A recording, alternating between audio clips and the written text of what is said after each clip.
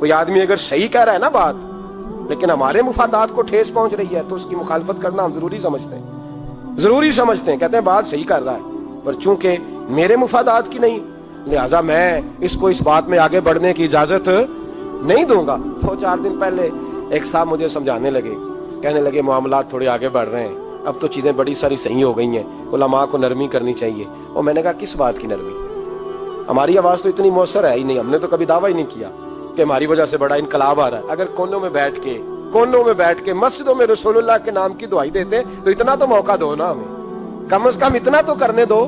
اور وگرنہ اگر ہم سے پوچھو تو مرحوم کہہ گئے تھے جتنے غریب گھر ہیں اجالوں سے دور دور، اتنی ہی روشنی میں چراغوں سے چھین لوں، اور جتنے غریب تن ہیں لباسوں سے بے نیاز، اتنی ہی چادریں میں مزاروں سے چھین لوں۔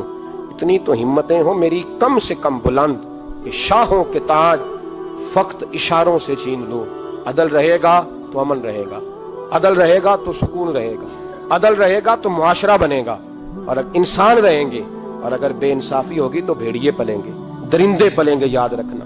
انسانوں کی بستی اس وقت تک قائم رہتی ہے جب تک اس میں انصاف رہتا ہے، اور جب انصاف رخصت ہوتا ہے پھر بھیڑیوں کا راج ہوتا ہے۔ اگر چاہتے ہو کہ دنیا میں انسان رہے پھر انصاف کرنا پڑے گا، اور اگر بھیڑیوں کو موقع دینا ہے تو ٹھیک ہے، پھر کسی طرف نہ دیکھیں، اپنے آپ کو سجائیں، سنواریں، دل کو روشن کریں، ادھر بڑھیں جدھر انصاف زیادہ ہے۔ اللہ اپنے محبوب کی سچی غلامی عطا فرمائے۔ آخر دعوانا الحمدللہ۔